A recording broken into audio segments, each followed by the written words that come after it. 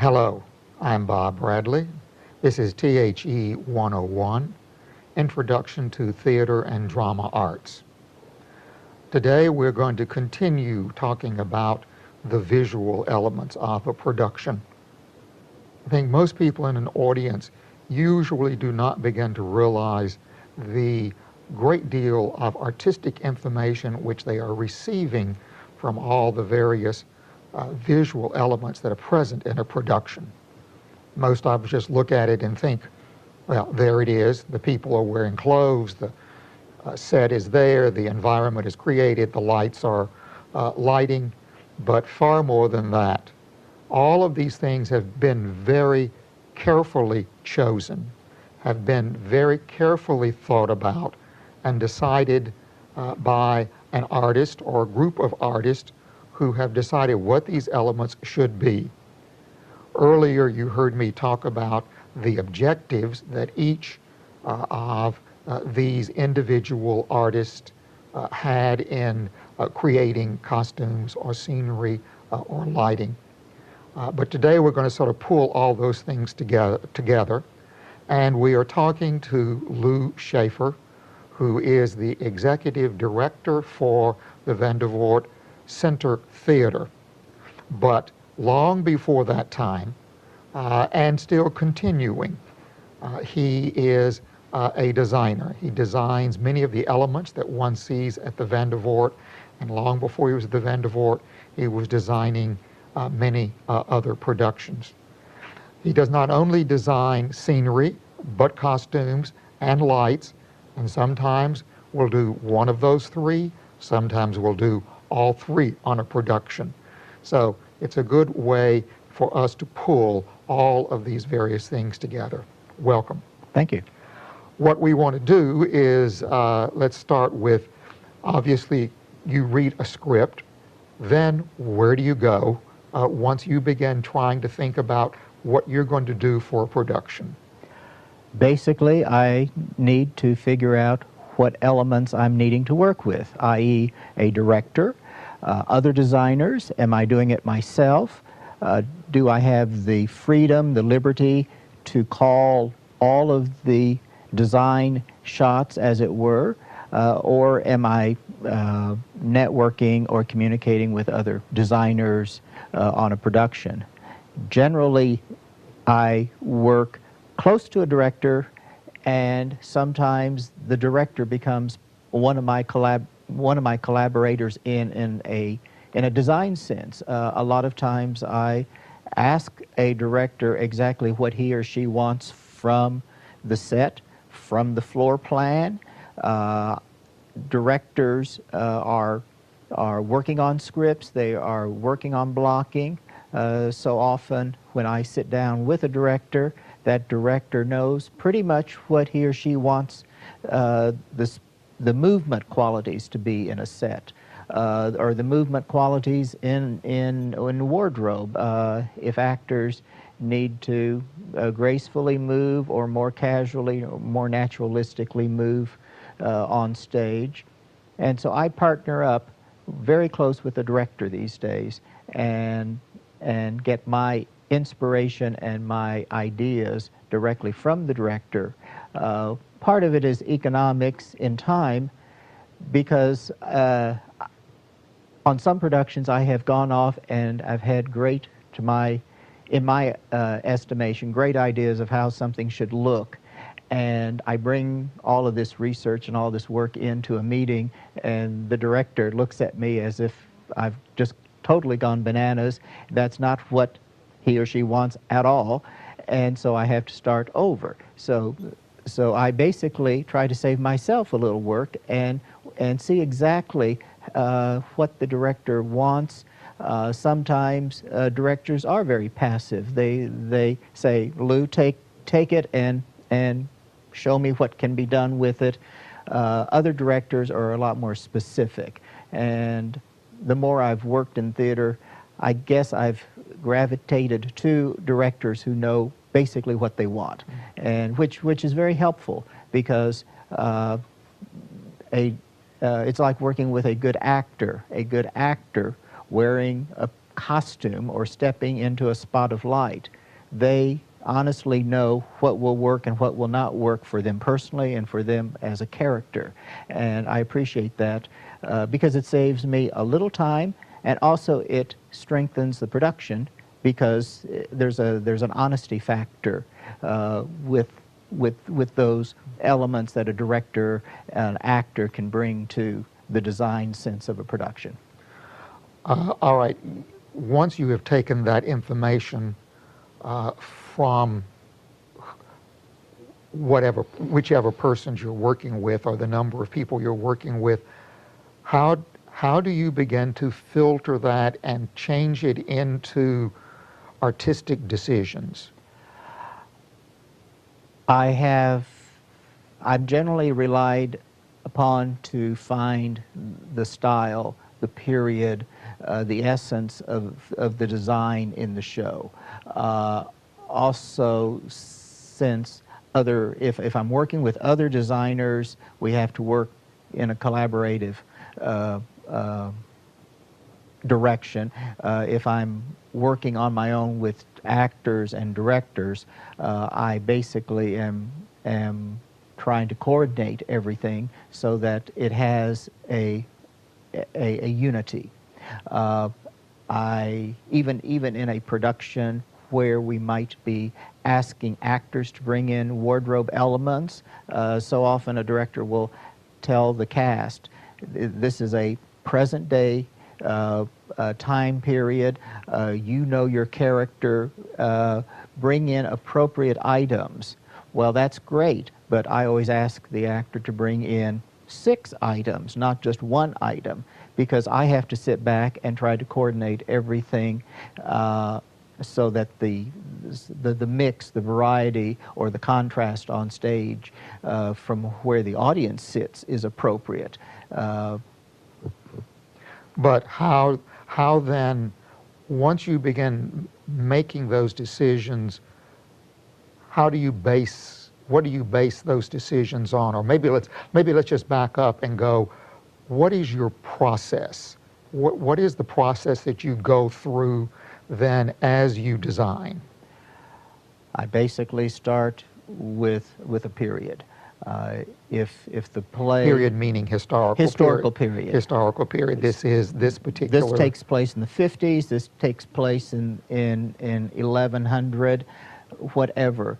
I start with a period. I go to style. Is this realistic, naturalistic, or is it heightened realism? Is it fanciful? Is it a fantasy? Is it a musical comedy where everything is larger than life?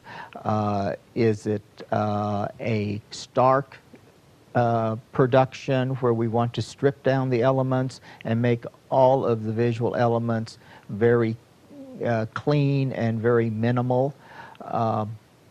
I go to color. I really like color, and I decide very early what type of palette the show will have.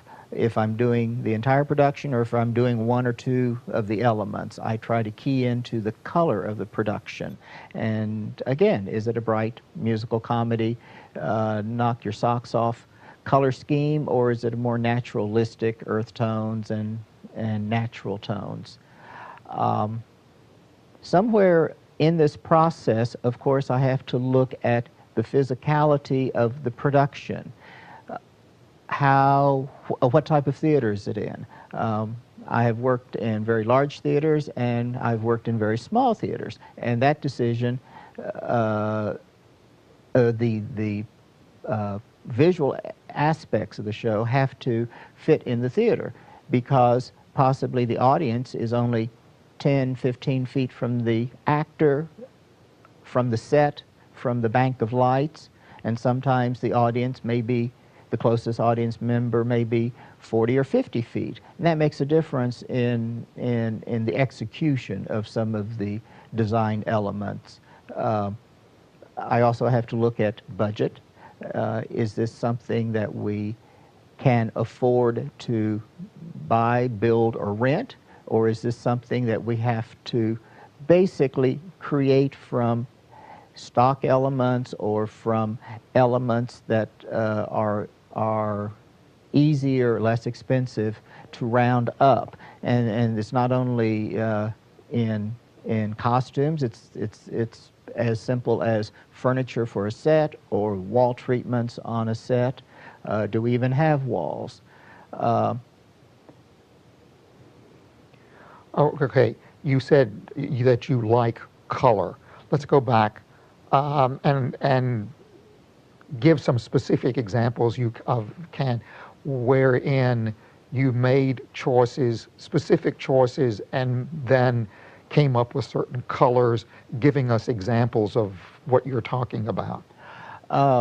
Once upon a time, did a production of Oliver. Well, I've done 2 productions of Oliver, but I basically approached Oliver, the musical comedy of a Charles Dickens book, as something pretty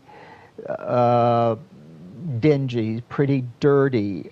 Since it was a musical, it had color in it, but I tried to strip away or dirty up the color once we had the costumes, the scenery, everything was washed down, wardrobe, scenery, to give it a dinginess, even though there was maybe some bright reds, some bright blues in the core of the scenery or costumes.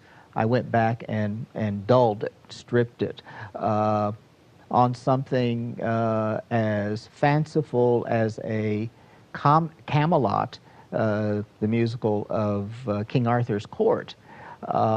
There we wanted bright colors to hit the audience. So everything was clean and pretty, and maybe there were some dark blues, some blacks in some of the more evil or negative characters in the play. Everything was clean and very shiny and bright. All right, let's go back just a moment then. You said that in this dinginess that you created for Oliver, or that you were after for Oliver, you might put a sudden burst of red or a choice of red. How did you decide, maybe where did the red come from? How did you decide to get that red into that particular moment in the musical? Specifically with Oliver, it was pointed toward the character Nancy, who is a tragic character. And also she's a principal character in the play. I wanted the audience to be able to see her on stage when there was a large ensemble. I also did not want to throw any other reds on stage in the chorus or any place else because I didn't want to take focus away from her. And so I decided on red, orange, something that was initially bright but very eventually dirtied up, dulled down, having a red petticoat or a red lining to a burnt red skirt. The petticoat or the lining would show every now and then, and that was enough of a punch for a character to show her her tragic ending. Mm-hmm. Sometimes I've had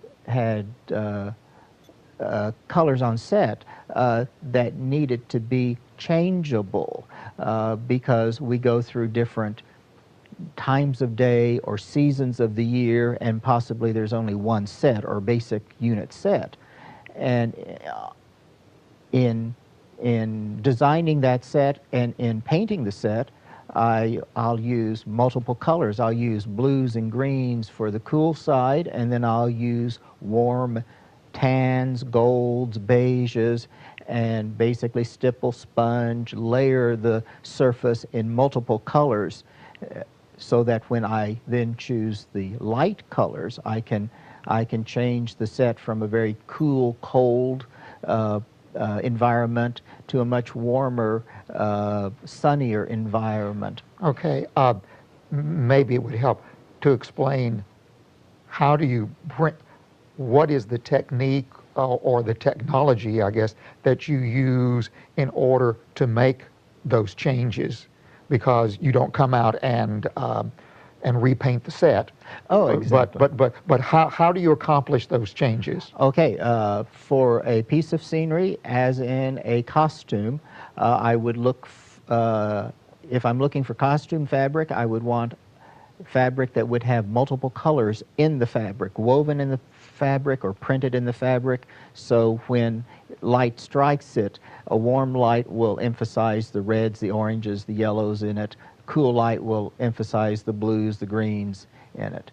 For scenery, to make scenery that will work this way, we physically have to use several different colors of paint on the scenery, and sometimes it's done very naturalistic, i.e. like a wallpaper where you would have a background color and stripes, or a floral motif, or a multiple color design on top of a surface. Sometimes we do it abstractly by spraying different colors of paint onto the surface, so there's little dots of blues, there's little dots of oranges, and to the eye from 20 feet away, it all looks kind of neutral, which is what we want. But when we hit that area in a blue light, all the blue pigment comes to your retina. If we hit that area in a pink or a yellow light, all the warm colors come out. And so it's a process of putting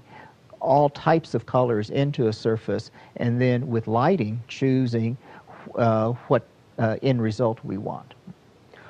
The audience may never be consciously aware that this is happening, but you are hoping that an audience is subconsciously or in some kind of sublimation, that they are receiving this information, or? Most definitely. Why would we go to that extra effort of doing all of it? When I've worked in children's theater, I've always been frustrated because maybe some individuals think, well, children are coming to see the show, so why should we pay great attention in the period style of the piece, or the details in the costumes or the scenery, because these are just kids watching the production. And I go totally the opposite direction, saying that we're trying to help these young audience members get into whatever period, get into whatever time frame that the play takes place in. And so we have to direct our attention more to the details, because possibly the audience is not quite as up to speed as an adult audience to receive the signals. With an adult audience, I'm most pleased when they walk away not seeing all the details, or not verbalizing details, but they're satisfied that everything worked correctly. And it's not the audience's responsibility to know that it worked correctly. It's like a director directing an actor to speak in a stage whisper. It's a technique. And if the actor can achieve that whisper sound and still be heard over 500 seats in an auditorium, that's great. The audience should think that the actor is whispering.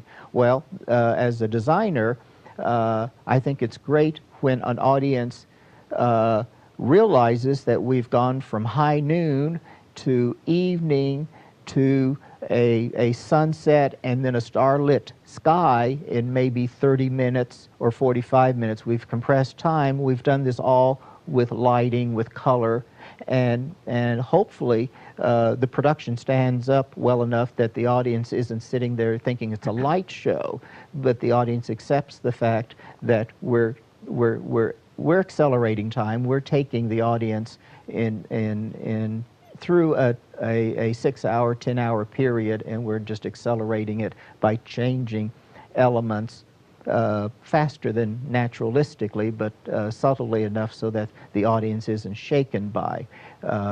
It's not a rock and roll sensation with lights changing and strobes going off. We're being hopefully a little more sophisticated. what what do you hope that an audience is conscious of from a visual standpoint? Or do you perhaps think or hope that maybe they don't notice anything, but what do you want an audience to receive? I want an audience to receive the fact that everything looks appropriate. I would find it terribly frustrating if the audience walked out at intermission or at the end of the evening and all they could talk about was one actor or one set of costumes or the lighting. I would think that the best element is to acknowledge a good production and not necessarily know that everything was absolutely correct, but everything would feel correct to the audience so that the audience wouldn't be bothered. If, getting back to this red dress, if we have a principal actor on stage in a bright color, and then we have 3 or 4 secondary or chorus actors who are wearing just about the same color or the same fabric, and it became distracting, that would bother me. I look at trying to find a unity. It might be a very naturalistic unity in a realistic modern day or relatively present day piece, or it might be a very stylized period piece or musical comedy where we're trying to up the visual keys so that the audience responds to brighter colors or more shocking, more vivid production aspects. So in the case of the red dress in Oliver, while it was, I guess, keyed in terms of that it was a dingy red. It's not a bright red, but it was a dingy red to key in with all of the other, the basic design element that you had in the production. But in this case, it was there so as to help the audience always to find the character who should be emphasized in the scene? Most definitely, most definitely. Lighting, as far as spotlighting, follow spotlighting an actor, or area lighting, that is a tool that we use in theater all the time to help the audience focus.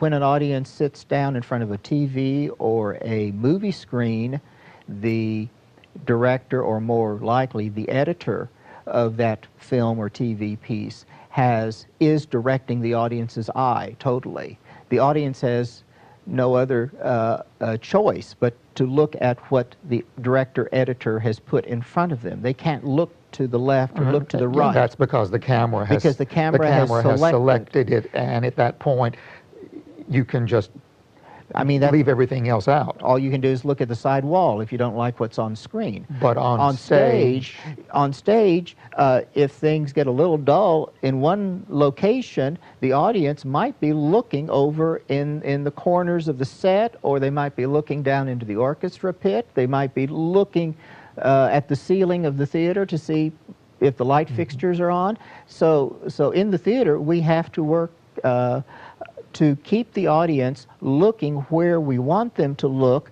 Sometimes we want them to look at 1 or 2 individuals. We want to focus in. Sometimes we want them to kind of look at the whole stage like a cineramic movie almost, and be bombarded with all of the elements at one time. So on stage it becomes a balancing act of lights and color and trying to keep the audience in focus. The director, hopefully, in staging a production will help the audience look the direction that they need to look, but the designers also, that's a main responsibility. So you would make choices.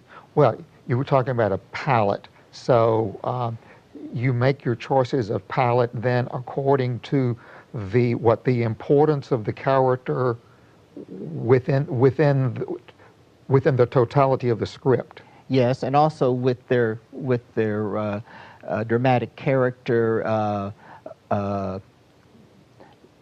the old adage about a cowboy wearing a black hat or a white hat. Is it a good cowboy or a bad cowboy? This type of thing relates to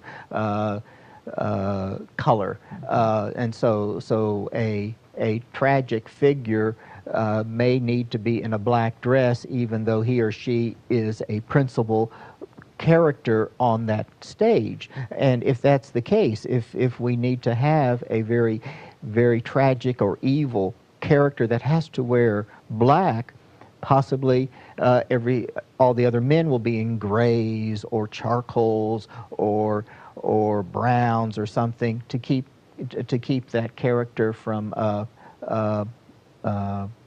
to help the black character, the black wardrobe, to stand out. I did a production of art, a play, where the whole story centers around a man buying a painting that is perfectly white. And so the set was all kind of tan, beige, just the sofa, the walls, everything was very, very neutral. The costumes that the three men in the play wore were fairly neutral. They were natural clothes, trousers, sweaters, shirts, but nothing yaha bright. And we had to focus on the fact that we had basically kind of a neutral island. Also, the set had to denote several different locations, several apartments for these different characters.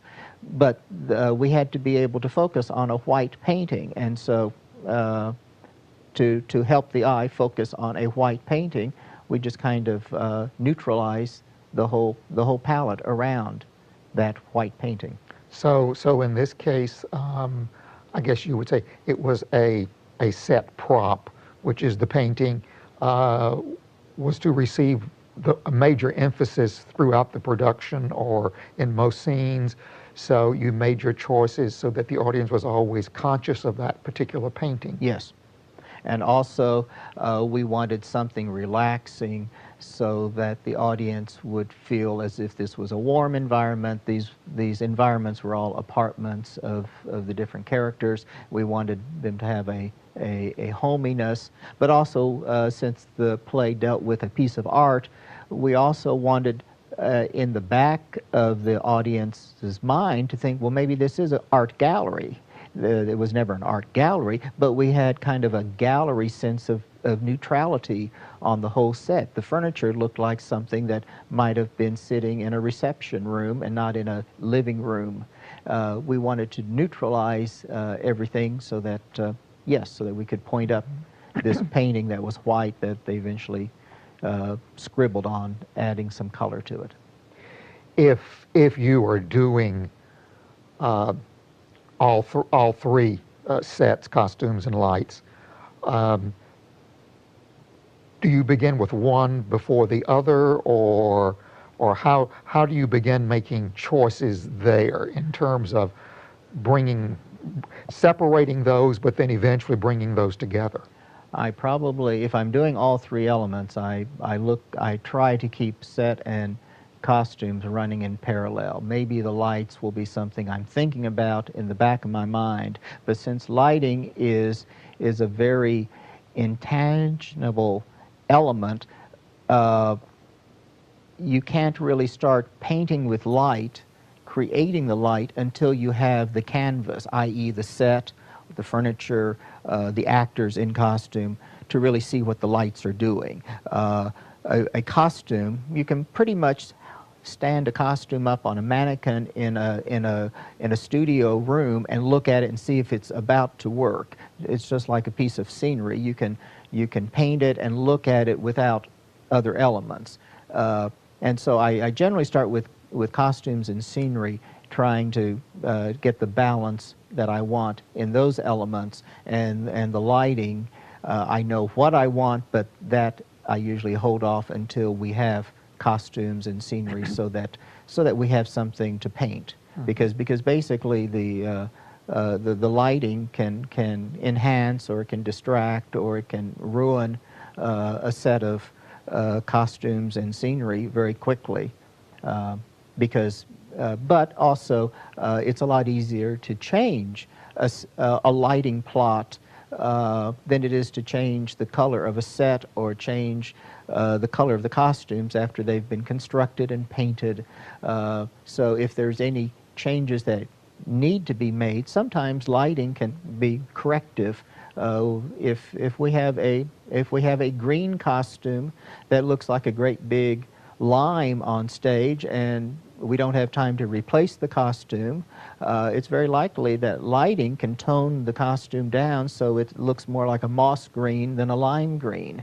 And so sometimes lighting, using lighting at the end of the process can kind of change or correct the whole visual aspect of the show. In designing, especially in costumes and on the set, we have color, texture, line, mass. Are those the four, I guess, the four elements that we have? How conscious do you stay? We've talked a great deal about color, but what about line and texture and mass? How conscious do you stay of those? Texture is probably my second favorite element to work with. I like to have things that have texture, and texture doesn't mean something that's really rough textured. It can be a very silky, smooth, satin, shiny. That's a good texture, just like a coarse, woolly, heavy, brick-like texture. Yes, texture is the second thing I look for. Also, we were talking about light on different colors. A good texture, a flat wall in a set or a sweater on stage, if it has good texture, visual texture, physical texture, the lighting will enhance it. It will look more dynamic and not necessarily richer, i.e. expensive, but it'll have more body, more depth, more texture if it has a good texture to start off with. How do you make the decisions, or what governs you in choosing textures? And maybe you can give some examples of how textures, you made decisions about certain textures and you then hoped that in some way the audience was at least, that carried some kind of information to the audience. Okay.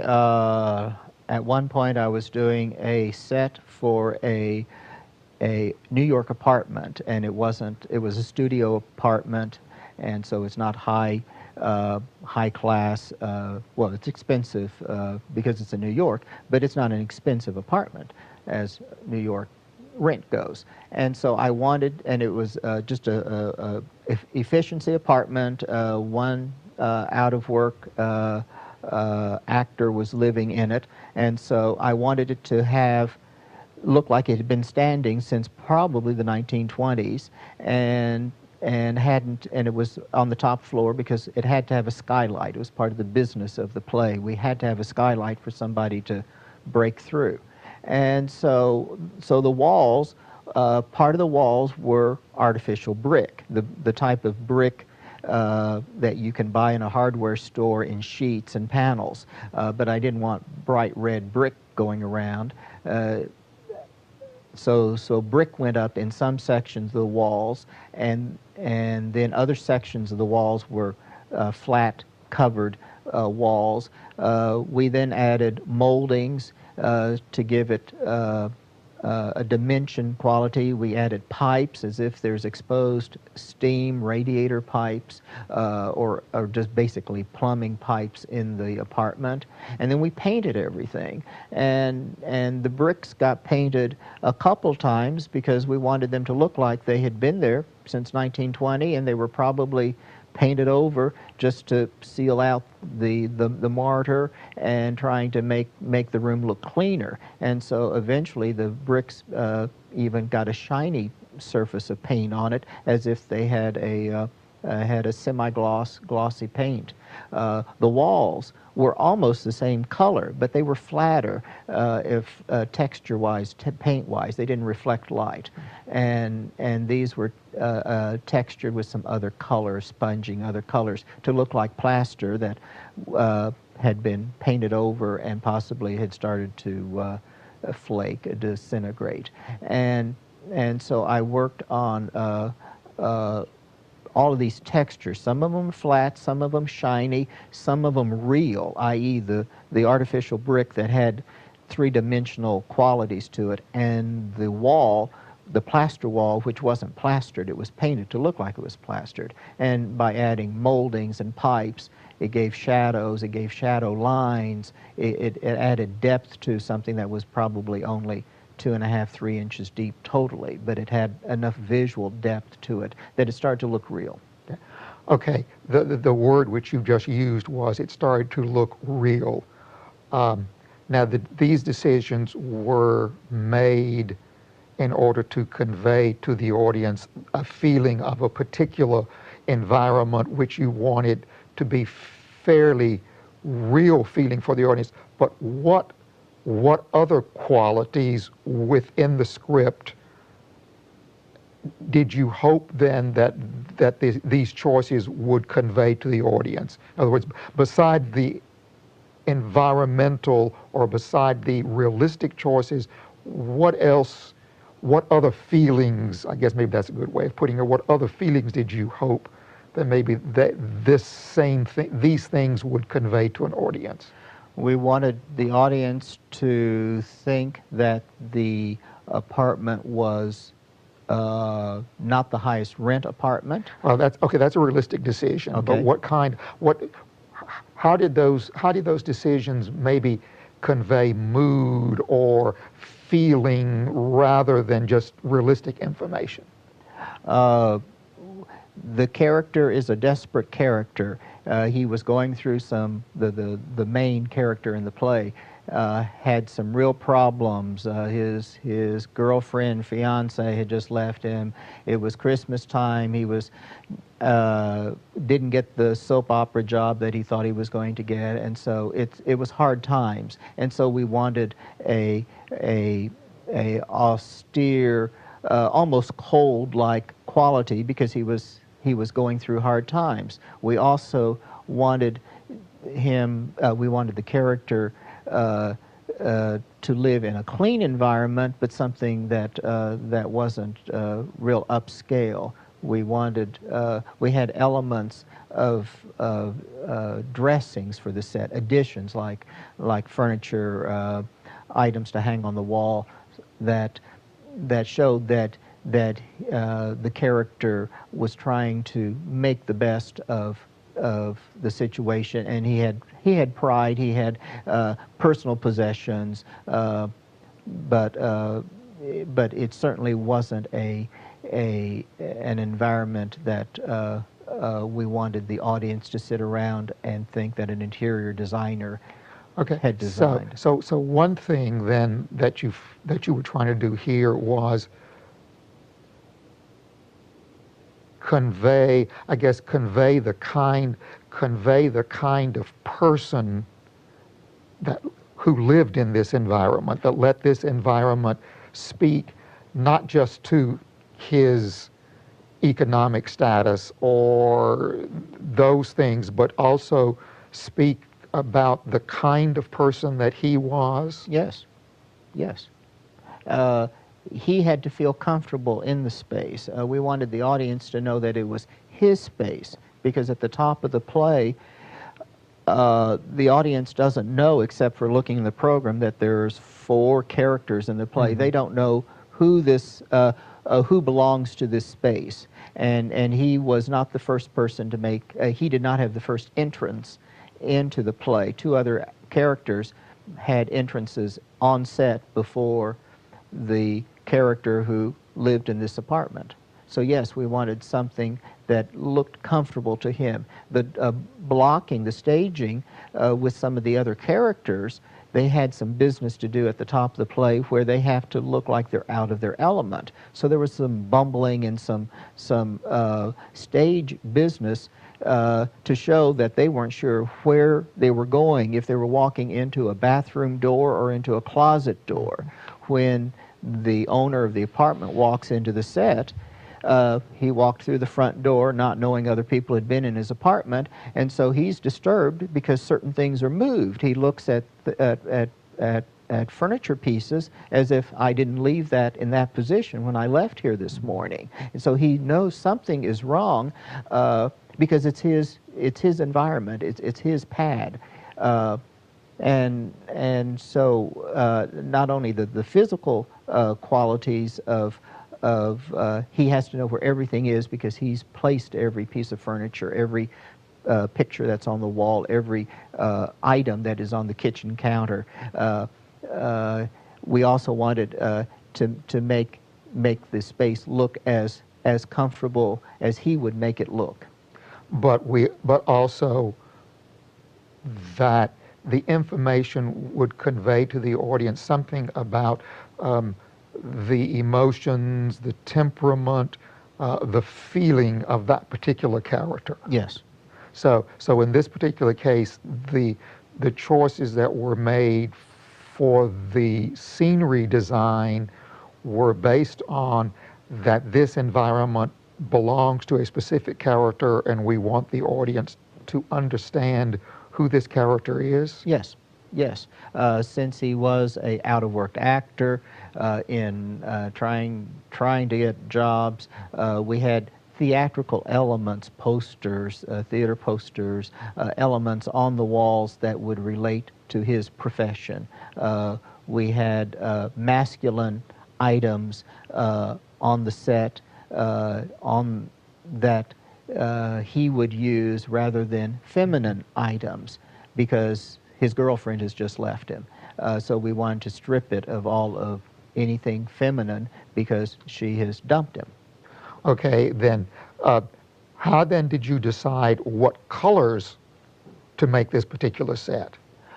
Part of it was the fact that we wanted a bedroom area under a skylight. We had to show a living room, a living grouping area, and we had to show a kitchen area. And so we wanted to have something that was, again, neutral but naturalistic in the colors to break up the space so that possibly, since he's living in an efficiency apartment, we didn't want to paint everything white. But we didn't want to have a white, an off-white kitchen area. We wanted to have a clean but not flashy living area, so that all that area, the walls, the plaster walls, the brick walls, everything went into beiges, something that was neutral but warm, but not real flashy, and color accents became the accessories, the posters or paintings on the walls, the furniture. There wasn't a lot of furniture because, again, he was a New York out-of-work actor, and so there were a few furniture elements. One of the sofas, sometimes the physicality of what the actors have to do and the space they have to perform it on becomes an issue. Sofas become a real problem on stage because sometimes they just take up too much space. The director doesn't want to take up that much space with a sofa, so we're always trying to find love seats and smaller pieces of furniture because we don't physically have enough room to put larger pieces of furniture on stage. And so with this one, we in the decision-making process of the physical set, we had to find the elements, and it happened that this sofa, small sofa, was basically in beige and green and tan, and so we took part of the decision that this was his sofa. The walls became very beigey, very tanny. Can you think of choices you have made sometime, either in set or costumes, or maybe lights, where you have made a very deliberate choice which you knew was not realistic or not would not actually be there, but because you wanted to convey something else to the audience, you made a choice then that that would go against the what would be in actuality there?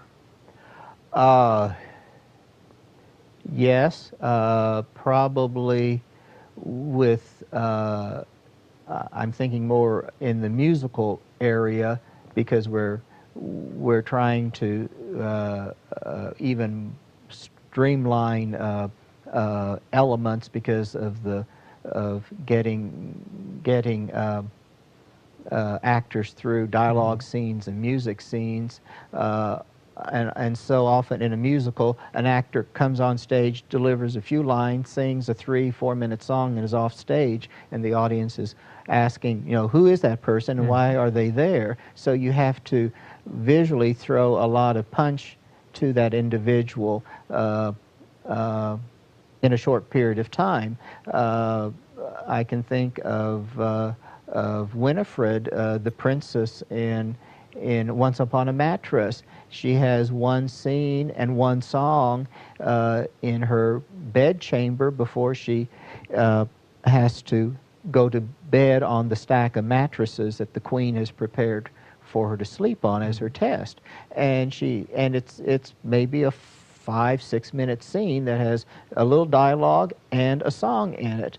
And the song is, she's singing about living happily ever after, and she wants to be accepted. She wants to be a princess. She wants to really, she is a princess. She wants to be married and become a queen eventually. And so her night cover-up was very extravagant, very silly in the fact that it had a royal quality to it. And the silly piece of the fact is that naturalistic, this woman got into the castle by swimming the moat, and so all of her clothes, the only thing she had to wear was a dress that had come through a moat, and so everything that she wears throughout the rest of the show realistically would be things that she has found around this castle or other ladies have given her. But emotionally or design-wise, we had to dress her in something that was very specific. It had to be a cover-up type of affair, and it had to denote that she was priming for this higher royal position. She wanted to be accepted by the court and marry the prince. Okay, very good. Thank you. Thank you very much. What I hope is that from this conversation that we've had today, that the audience will perhaps in the future look more closely at the visual elements and begin to realize that there is an enormous amount of information within the film, within the television, with certainly always in the theater, that all of these choices as to what the audience is seeing, these are all very conscious choices that have been made by the artists involved, and these artists have made those choices so as to convey certain information to the audience.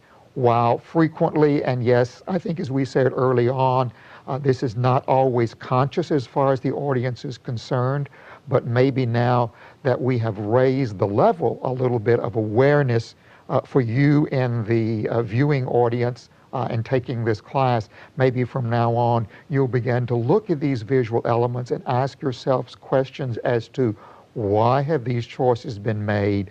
What are these particular choices telling me about the production, about information that would be helpful for me to understand what it is that I am seeing? Thank you. Well, thank you for asking me, and I hope the audience will come to the theater and see these elements in person.